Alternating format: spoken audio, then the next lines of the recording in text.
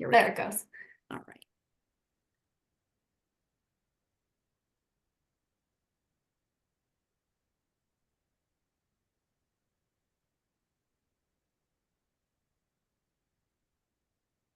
Hello, everyone. Thank you so much for joining us. We want to begin by saying, yes, Katie put it in the chat, Happy New Year. Like, who is exhausted at this point from saying Happy New Year? I saw a meme that it was like, okay, we've already said Happy New Year. How do we move forward? But we are still here and we're excited. You know, new beginnings bring new things, and we're like, I needed a refresh. So that's kind of where the new year is for me. So I love saying Happy New Year. I probably will carry this out for another 15 days or so. So well into January, it will still be Happy New Year because I want to remind people, like, let's not go back. Let's move forward.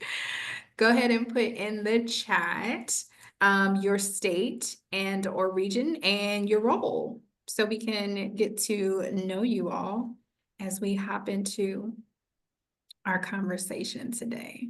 And thank you so much for joining us. We know a lot of great things are happening right now.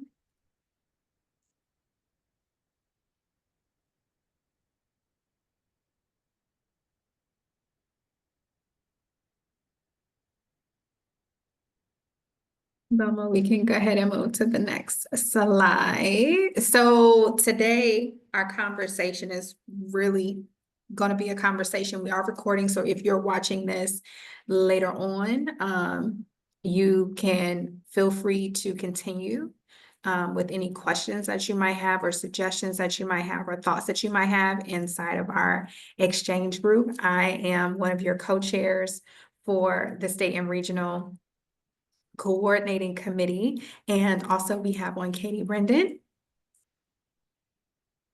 Go ahead and introduce yourself, Katie. Sure. I'm Katie. I am past president for Rocky Mountain Acro, and then I am the incoming chair following Jonica's work for this group. So we're happy to have you all here. It is a small group today, so this will be an informal conversation, and we encourage you all to participate with us. Absolutely. And our three goals really are to share strategies and experiences. We have a lot of conversations that happen inside of Exchange, but we want to make sure that we offer these monthly opportunities for us to dialogue and meet and talk across our various states and regions. You do not have to be a leader in the state and region to have this conversation. You may be a member, you may be wanting to know more about said topic and how this relates to the work that you currently do. But we always want to make sure that these moments exist for us to communicate and chat. So the bulk of it will be informal opportunities for you to share experiences and strategies, discuss your challenges and opportunities, and leverage insights from some of the ACRO resources that we have, which are often a little bit embedded within our website, and you may not know how to get to it. So we do want to show you a little bit of that. And so we'll get started with our next slide.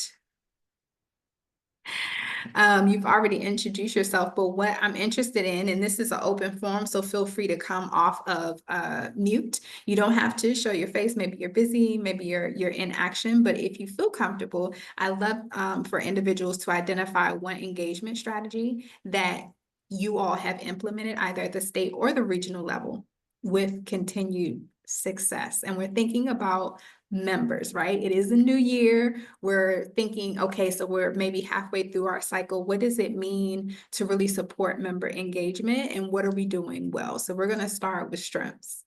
Anybody want to share? And feel free to. I can start. Go ahead. Remacro last year reintroduced holding regular webinars. Before that, webinars had been kind of sporadic or not held at all. And so we started doing a monthly webinar series, and we have had really good attendance every single time. And it seems like people are really appreciating the opportunity to connect with folks in our region to talk about different topics, and then just kind of the free professional development aspect of it, because it is free for all of our members to attend those. So that's one thing that has been going well for us, and we're planning to continue.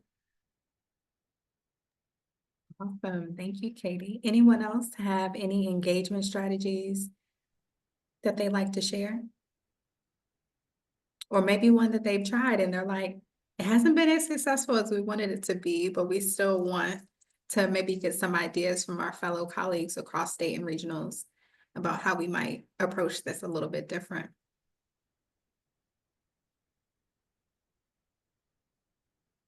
One of the questions that I have for you, Katie, in sharing the webinars, that was interesting. While you've decided that you're going to do them, I'm considering that the consistency, right, that people Mhm. know this webinar is going to happen is what's increasing this idea. I know people always say, like, if we can have a standing calendar meeting, it just helps me remember that it's happening. In addition to the standing meeting, how did you decide on the date? Has that been positive for your attendance?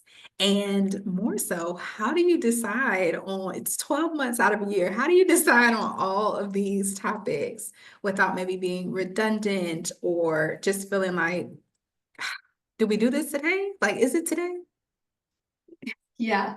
As far as the cadence, we really decided to avoid Mondays and Fridays, because Mondays are busy and Fridays, if people are taking a long weekend, we're in Colorado, it's quite frequent that people take half days on Fridays to head up to the mountains, and get some skiing in. So we avoid those days of the week. Um, and we do kind of fluctuate. It's not the exact same day every single month, but we try to aim for mid-month, either Tuesday, Wednesday, Thursday, and we try to do them around the early afternoon.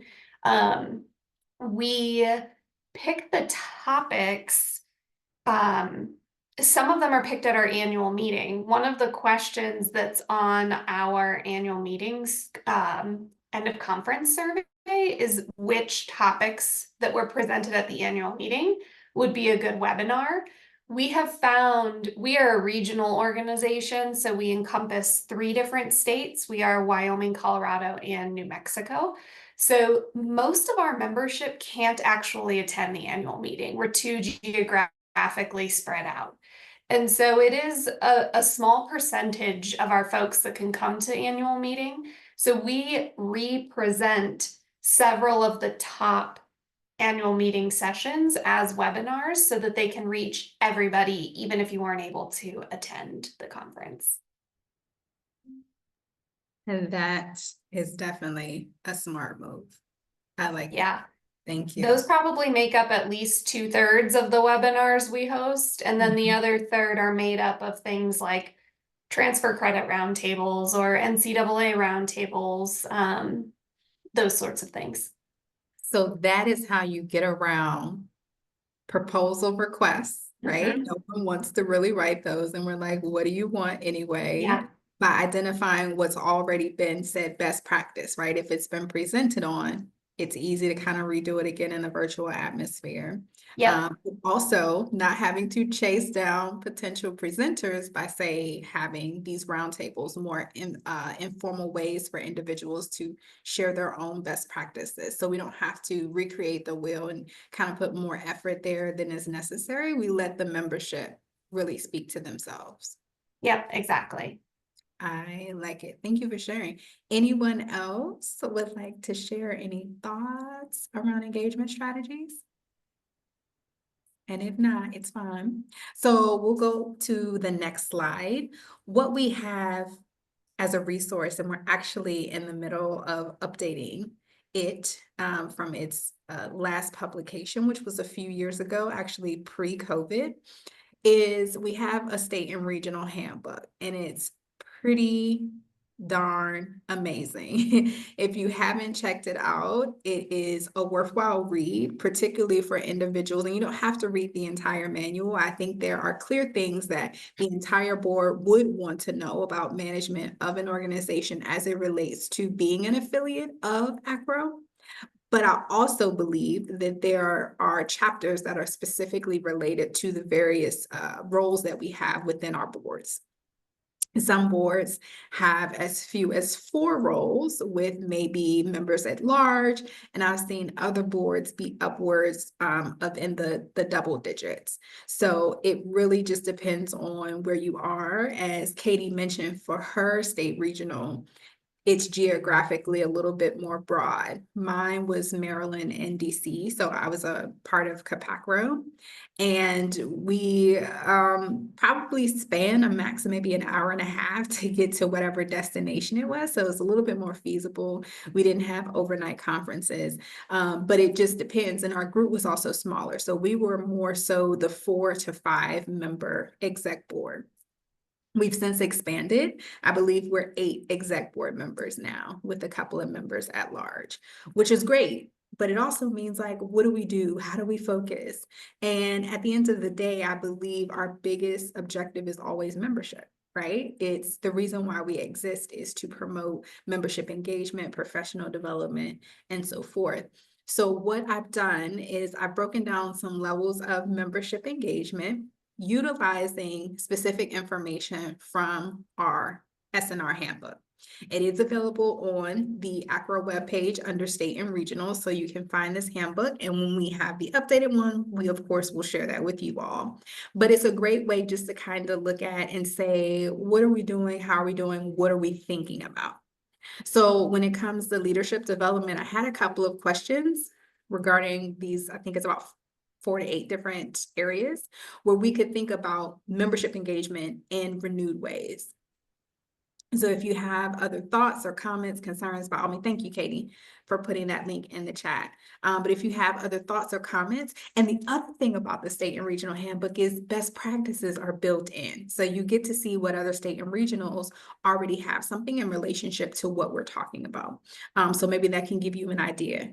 Stealing is sharing because as it relates to, say, maybe you taking PACRO's idea, or maybe Giacro's idea, which they have an institute, it's only for Georgia residents. So if you're having something for your state and you're using their model still requires that you utilize your own people from your state. So it's never going to be exactly the same, but utilizing these best practices allows us not to go back and say, I'm recreating the wheel or I'm exhausted, because we all are volunteers in these roles. I don't believe anyone's getting paid to do this.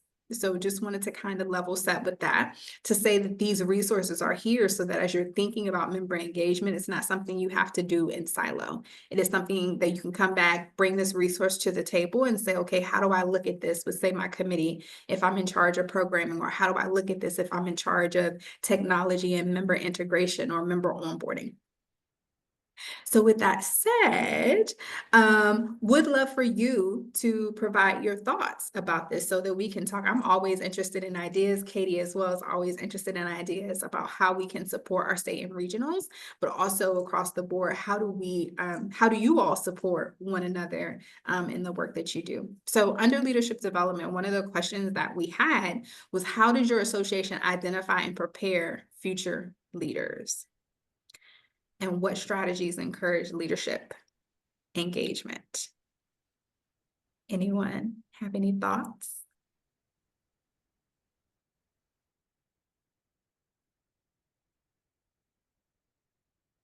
For macro, I would say this is not something that we do well. This is something that we're working on. This is an area of opportunity for us.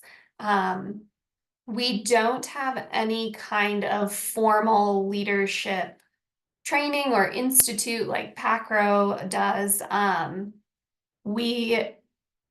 It's more just making connections and seeing who is volunteering for things and tapping them on the shoulder and saying, well, why don't you also do this? So Yeah, we don't have any leadership pipelines for the organization, but that's something we could continue to work on. Absolutely. What I saw in Capacro was more of onboarding, definitely my background. And I think it really depends on how we approach work, right? So some individuals who come from a registrar's role, which is right what ACRO is made of, you may approach leadership and running or facilitating your association in a similar way. My background is orientation, and it was first year experience. I came from the admissions side, and it made sense that I wanted to be onboarding, so onboarded. So I created, we didn't have formal job descriptions, just like what's happening here, and it wasn't long, it was like a half page, but like, what is the objective that's been seen from this particular role over, say, the last 5 years. Capacro was fairly new. I think we were under maybe 10 years when I first came in. So I had not much data, but a good amount of data to use to kind of identify for future people once I leave this role, if someone else comes in, even if I'm not available, say I'm not in the field or I'm not in the state, how does someone get this job description that says this is what the vice president of programming does? And then I moved to communication. So this is what I did and what I added on to. And then when I moved to past president or president-elect and then past president, like just adding one bullet, right? Because it's not adding a lot, but adding one bullet where it just like tells. So it could be more of procedural, right? It doesn't have to be a specific onboarding. One of the other things that we did by being near the headquarters for ACRO, we actually did one or two retreats to start off our year at ACRO's office. And I thought that was a nice way for us to be Maryland and DC, was to go and visit the headquarters because we do own space there. So to go be in the building where ACRO great things happen. And I can also have, say, Melanie or Bill. So I had a number of different people that we could bring in throughout our retreat to talk about the robustness of ACRO and what exists. So that was a great opportunity that I was able to leverage to just make sure that people didn't see us as just Capacro, but that they understood that we were a part of something bigger. And so having it at the actual location for ACRO was significant, but also bringing in ACRO staff members to talk about what ACRO was also a part of the connection and onboarding. So it just depends for different things. Time, it was definitely important to make sure that Melanie was available and Bill was available. And that meant that fluctuated what our retreat date would be. So just some opportunities there, even if you're not as formal, having a retreat, going over position descriptions, maybe having a conversation between the past, chair and the new chair, so that there's some continuity in how leadership moves. The second one is professional development. And the questions that I have here are, what innovative programs or workshop has your association introduced? And that was one of our initial questions. And how do you ensure members see the value in participating? Because I think that's the key, right? We can have the cadence be every month, but how do we make sure that members see value in, say, coming to Romacro's monthly webinars? Anyone else have thoughts about professional development?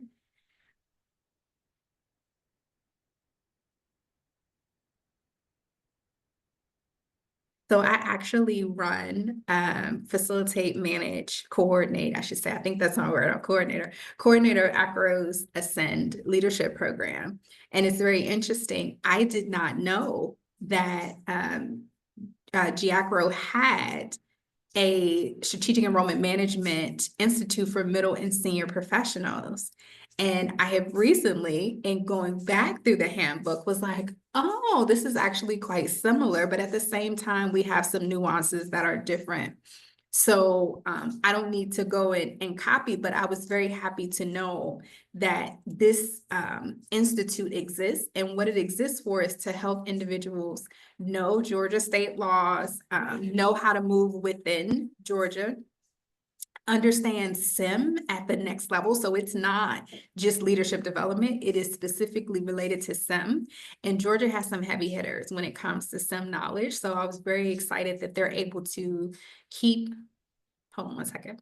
Excuse me, keep and maintain senior level administrators. Oftentimes our senior or more veteran acro colleagues, they start to be a part of more acro-based things, and then they move on to other associations because they're moving into AVP, VP roles, president roles, and they tend to move away. And what I love is how GACRO, and they've been doing this for about 10 years or so, how they're able to keep a strong integration of their senior level or veteran level SIM leaders super involved in state engagement by helping them be coaches and mentors, in essence, to future enrollment management professionals. So I think that's a great way not to just ensure that you're bringing in new members who may be recruitment professionals or transfer coordinators or graduation coordinators, but making sure that you're keeping all the tiers of leadership involved in your state and regional. All right. Katie, you want to take the next two? Sure. So our next ones here are regarding maintaining members and then leveraging tech, which is a really interesting aspect, particularly with all of the things going on with AI right now. So we can talk about them sort of in tandem since we have a small group today, but does anyone have any thoughts on retaining members or attracting members to your organization? I know retention is a big thing with our students, but it's also a big thing with our organizations. And then how do you get them to come back once they've left, or how do you recruit new members to your organization? And part of that might have to do with social media, which is what we have here in the tech question space. So does anyone have any thoughts on those topics that you'd like to share?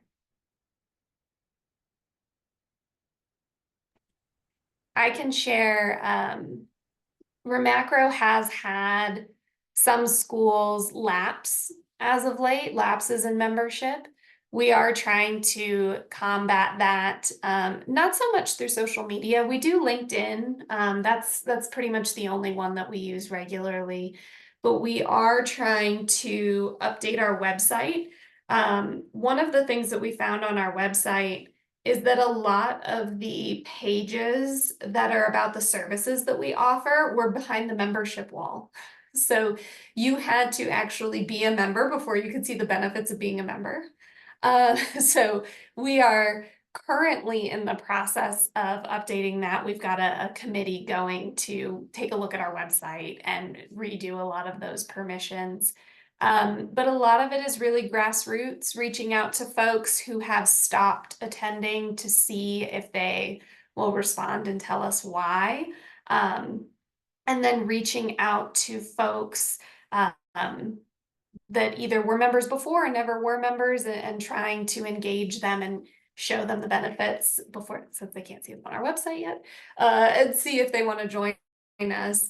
A lot of the challenges that we're experiencing, though, it's not necessarily people actively trying to leave the organization. It's a lot of turnover and not keeping rosters updated. So maybe the registrar changes at an institution and they were the head for that organization. They get the emails for paying the bills, and that email is just lost because that person's no longer with the organization.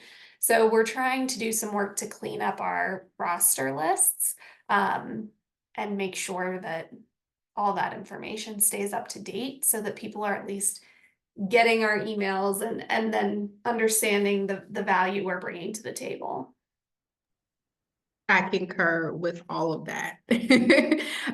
It's very interesting how tech can be, but without knowledge, right, of the power of tech. So some organizations I know have member clicks, but even if we have a CRM, going back to the work that we do at our institutions, right, we can have CRMs, but like how often is it cleaned up?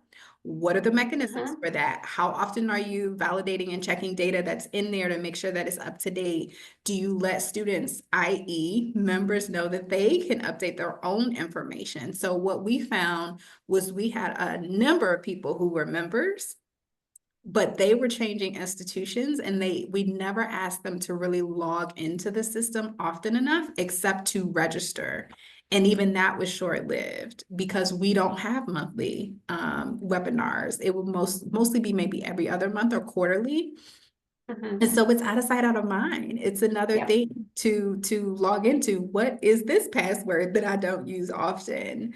So I think it was unfamiliarity, a lot of it, but it was also the roster issue. And we offer open membership. So literally anybody at your institution, once you're a member, can have access to Capacro webinars, development resources. Everything wasn't behind our wall. We don't put a lot of stuff behind our wall, but we weren't even getting hits to the page because the number of people don't know state and regionals exist. So it's, what is it? Why should I get involved? There's a disconnect between state and regionals and maybe acro, and none of it's negative. It's just information overload talking about Mhm. technology, right? And what does it mean to be in this space? When we think about the work that I do, and mostly admissions and advising and register and registration, but mostly the admissions part of it, like recruitment.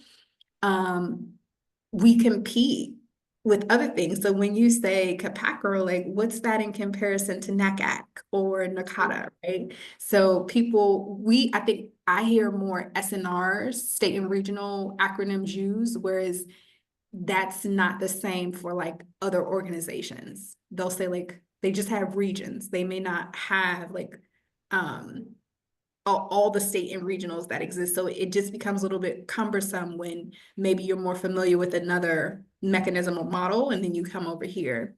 And then maintaining members,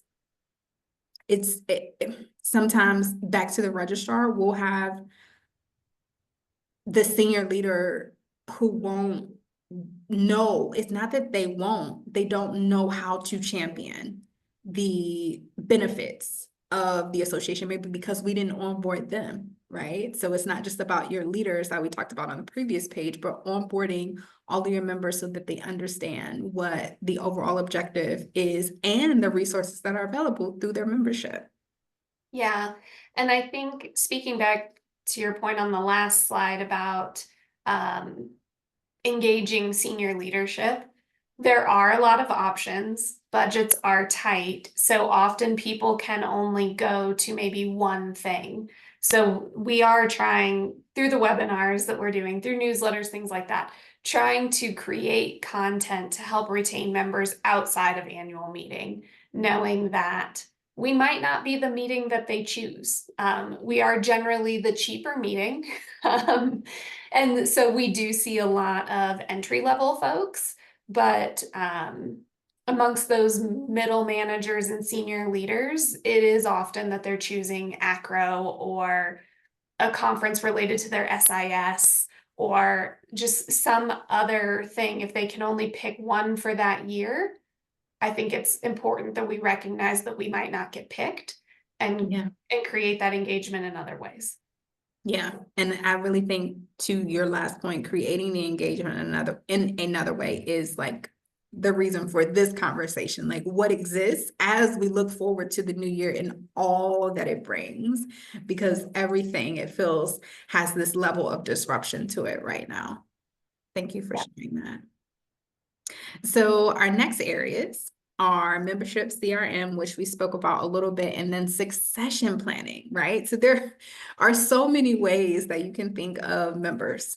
And it's similar to, again, like we mentioned, the work that we do as we think about our students and our stakeholders at our institution.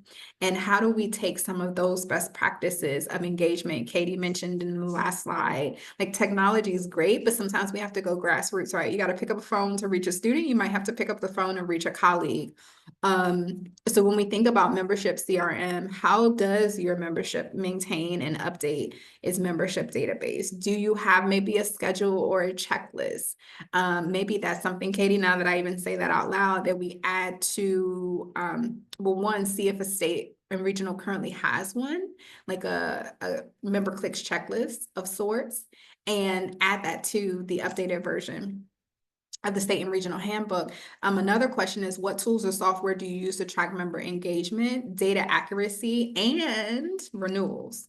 It's also data privacy, because we want to make sure that we are talking to our colleagues about keeping member data under under confinement, so that we're respecting privacy laws, because information can get out there.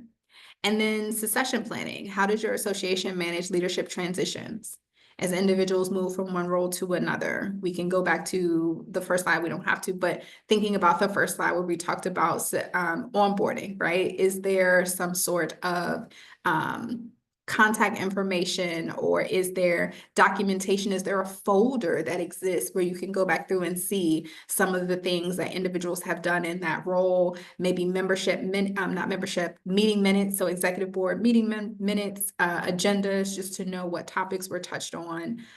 We have a lot of that in our SNR coordinating committee, so that we can continue the continuity of this committee that reports directly to ACRO.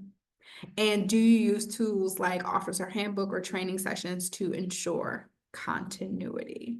So any thoughts about that? And we have some suggestions. And in real life, SACRO's executive committee has a procedural manual, and they have annual transition meetings that happen during the annual meeting. So it definitely is a proactive approach to leadership to make sure that succession planning happens, and that individuals get to meet the outgoing leader and get to connect with the incoming leader.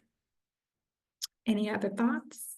Any questions? Any ways that we can help you brainstorm and be thought leaders in this space? Hi, this is Amber. I'm from Edison, and I'm in my car. So I've been a registrar for, I think it's 3 or 4 years now, but I've been in higher ed for 20. And for the last 2 years, I've actually been trying to get in with my state's group, and I can't get anybody to answer. In Like, they'll Ohio? answer, be like, "Oh, in Ohio." And I'm like, "Yeah, okay, we'll get you in." I said, "Well, I just need to know how to do the payment and stuff." And I've yet to get anybody to answer. They're like, "Oh, we'll have somebody send it," and I never get it. And I'm like, Yeah. I want to learn more. So I get things from you guys all the time. So I was like, well, maybe this is a good place to go and It see. And is. I'm here. I'm gonna go move to Wyoming or something because, well, A, it's snow and beautiful, right? Or something. I'm like, and you guys got your stuff together. I'm like, and I They feel bad definitely because are, I for know sure. everybody's super busy, and I'm just like, but I don't know. And we just hosted Acro last year. I was Yes. gonna say, yeah, I was gonna say, Ohio just hosted us. Yeah, go ahead, Well, Kate. Right, we will yeah. And we I'm will yeah, add so the registrar from the University of Cincinnati is on our committee, so we can let her know that you Yeah. are trying to reach out to that group, and I'm sure she can facilitate that connection for you. Um, but that's a really important point. I know at Acro, I'm usually in the first timers room, and there are a lot of people who either don't know about their state and regional, Mhm. that it even exists, or they don't know how to connect. So I'm glad that you came. And I am sure that you all have amazing things going on in your They regional acro, but do. and I'm sure they do. And that is not like, I'm not trying to slam anybody at all, as I know No. this is being recorded.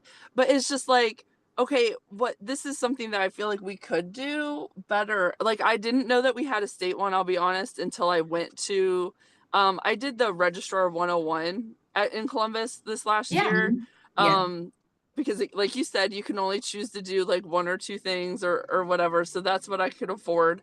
Um and I was like, oh, we have one. So since then I've been trying to get in and get with that. And I did actually, because I couldn't do the Ohio one that I could see online.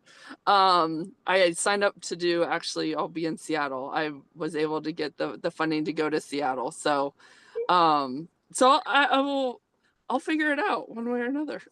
No need to figure it out. As Katie mentioned, we will grab your email address from when you registered and we'll forward it to Molly. But I actually just left Ohio. I was working at Kent State. So I am Oh, familiar with a couple of officers there. I never got to OACRO, but I am aware that they have a listserv. It is super duper active. Fortunately, my team member, my registrar, Chris Dunstan, he was very active in OACRA, so I was able to have some ends there. But we will yeah. definitely get you connected. And this, what you're speaking of, Amber, and you were like, not to slam anyone, this is something that we run into. So one of the things that happens for state and regionals, why we have these monthly meeting opportunities, is to continually provide professional development because there is transition. There are some associations, and I don't know if that is the case for Ohio, I just can't remember, but there are some state and regionals that don't have a CRM and they don't have like a joint account. So for Capacro, Hmm. you were first created, we did a joint Google account. So there's an email that goes, so it Oh, similar to what Katie was mentioning about the registrar being the lead person, right? If the registrar leaves, it's like we keep sending emails to someone. For Capacro, ours is just info@capacro.org, but that's for our state. That means we brought into it. We pay for this service so we can have a website that connects with the CRM. Not all associations have a CRM, so they may manage it more manually. And we've seen this with some institutions, right? Some institutions have legacy systems that are more internal, and then some move to the more broader systems, and then they are able to do just a bit more with their internal. So it's all the ways that we're growing, and we love to know this because then we're able to go back to our other leaders and say, hey, how are you getting to members?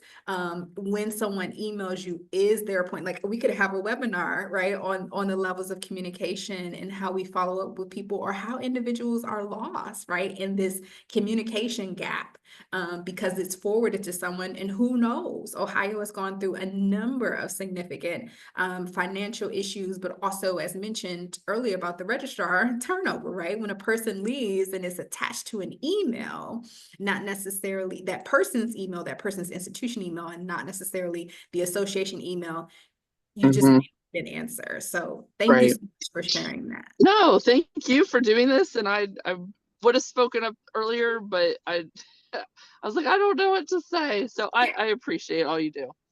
Absolutely. And we appreciate you for coming. Thanks. Yeah, and this is a part, so when we mentioned the CRM, we knew like if a lot of people came, many of our state and regionals, I would say about half, right? Half, Katie? About half have a CRM versus don't have a CRM. Yeah. It's not super costly, but it does require a lift, right? Like any CRM. If we were to launch a CRM at our institution, imagine what that would be for volunteers. Like you are not getting paid to do this, to take your organization to the next level, and looking at ways that we do or can track member engagement, but also follow up. So a lot of the things that Katie mentioned is like, once we get you into the pipeline, how do we engage you to say, hey, Amber, this opportunity exists, that opportunity exists, and have someone follow up to meet and greet you to say, these are all the ways that you can get involved. And it's not just for Amber, it's for all of us. I had to search out, I didn't even know that Capacro existed. I remember meeting with, I was very good friends with a former director. I didn't take her place. I was realigned to her office, but she was leaving out. So I contacted her and I was like, hey, I'd love to just meet with you. I want to know more about admissions.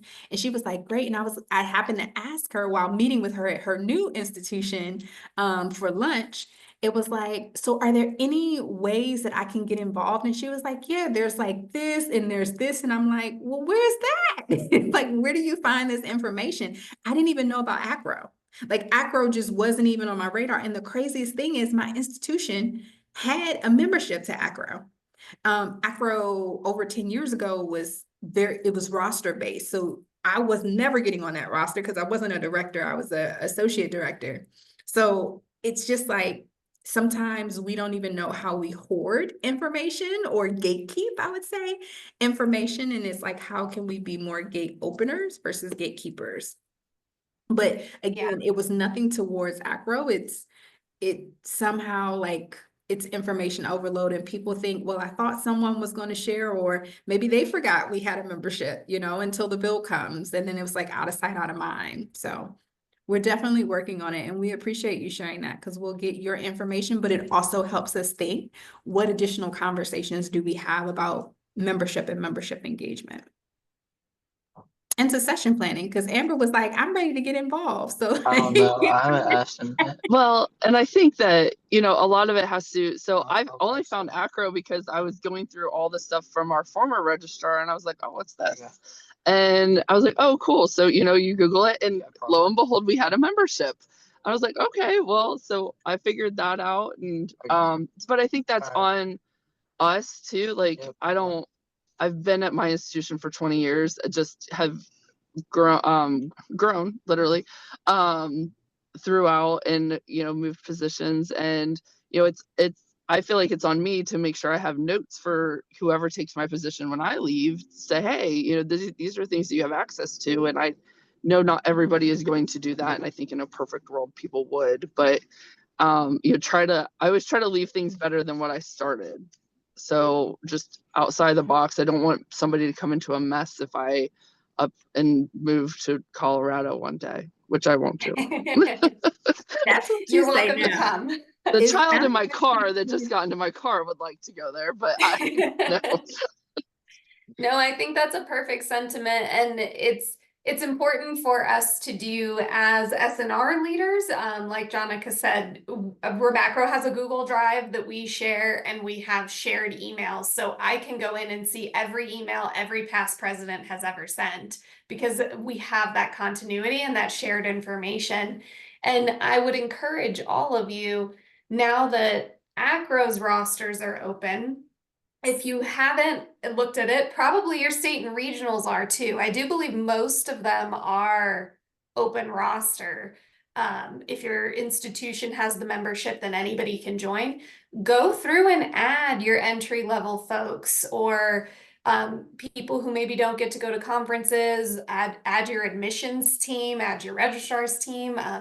I added some of our advisors. I've added our alumni coordinator. Go through and add folks and let more people know about it and more people use those resources, because then they will pass that on down their leadership pipeline as well. So homework for you all is to update your rosters. Yes. update your rosters. I love it. Next slide. Katie, you want to close this out? Sure. So we can end with some fun things.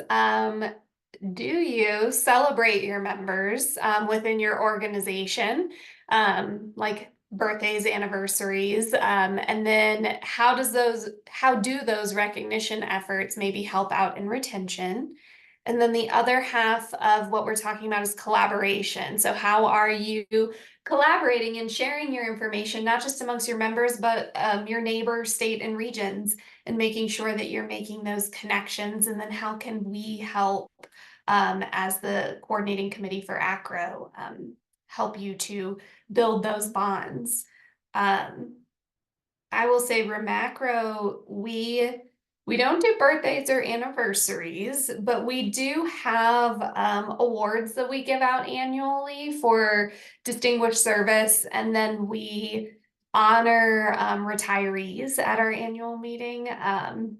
So it's just a clap for retiring, but that's kind of what we do. It's not a whole lot, but I do think that it is valuable, particularly for new members, to see what people can accomplish through the organization, and see who's been around for a long time, who might be a good mentor for them to speak to, and recognize folks in that way. And then collaboration. We're a bit unique. As I said, we are Wyoming, Colorado, and New Mexico, as Remacro, Rocky Mountain Acro. But New Mexico also has their own state, Nemacro. So we collaborate a little bit with the state of New Mexico as a separate entity. And I think that's something that we are going to work on going forward, is how can we help each other out a bit more? Do we contribute to each other's conferences? Do we hold joint events? Because the membership rosters, you have to join them both separately. It's not like an automatic thing. So there are people who are just members of New Mexico Acro, but maybe aren't part of Rocky Mountain. So that's something that we are working on improving, hopefully this year. That is really good information. And I think as we look not at the economy as if it's, you know, super duper bad, we just have to think about there are more things happening. We also are doing more with less, right? More with less people, more with less resources, and individuals are looking for value-based engagements that assist with, say, the skills gap or the work that we're doing, being more agile in the workplace regarding the work that we're doing, but at the same time saying, I want to be connected with others, because isolation is very huge and it is hurting us as humanity. So we're super duper connected, but not in the ways that make all the sense for our heart, mind, and soul. And that's where celebrating your members can come in, that individuals can remember. I'm known, I'm seen, this is a group that I can connect to. And using your newsletter, but finding different ways that you can reach out and just really care for the individuals that are in your state and region, to say, we know professional development is important, and we know you may not always be able to get to ACRO's annual or SIM or the Tech and Transfer Fair or Convergence, but what does it mean for us to have these small pockets of learning that exist very, very close to you, so you don't feel like you have to be, you have FOMO, for example, that you're missing out on something. So we'll go to the next slide. And we'll actually continue on because I think we talked about this a little bit. We just have some, I think it's the next one. That might be a repeat. Sorry about that, FOMO. Can you click one more time? Yeah, there we go. So we just wanted to close out with some ACRO updates. So our annual meeting, and we know we're going to get a chance to meet Amber. She is going to be there. Will be in Seattle, and we have a free SNR pre-conference workshop. We get a pretty good attendance. It happens on Sunday morning, so we welcome individuals to attend. If they're thinking about executive level leadership in a state and regional, if you want to get involved, you can definitely meet other people. But also, if you are currently a state and regional leader, we welcome you to come engage with your peers as we talk about some great leadership topics. And then as mentioned, we have Exchange, so please do engage via Exchange, which is a part of your ACRO membership. It is a wonderful internet portal that exists. You can find members, you can look up individuals, you can also connect to other resources that we have, other groups that exist. There are probably about 45 at this point that are there about admissions, small colleges, international graduate students. So it's a great place just to find expansive community. And as Katie mentioned and reiterated, update your rosters, right? It's so important to update your roster. So if you currently are an executive leader for state and regional, please update your roster so that we can get information to you, i.e. when I go contact Molly on behalf of Amber, a lot of that information I can pull from different places and spaces. It's best when it is accessible. So thank you. And Katie put in the slide. Yep, we can go ahead to the next one. Our SNR webpage that you are always able to come. One of the wonderful features of being a state and regional leader is you are invited to our annual leadership meeting, which is a board and engagement meeting of all leaders of ACRO. So we're about 150 deep, and we meet in Washington for a weekend of amazing remembrance of why we do what we do, but also a celebration for who we are in the work that we do. And so information about the leadership meeting is here, and more information will be coming out shortly. If you're a leader and your roster is updated, because I don't necessarily send that information, it comes from our our national office.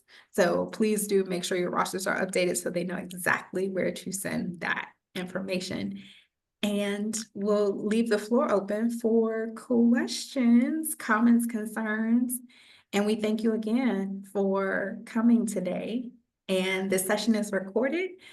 We can continue this dialogue and exchange, which is our primary mode, and we welcome you to do so. So if you have any final questions, the floor is open. Questions, comments, concerns, thoughts, or ideas?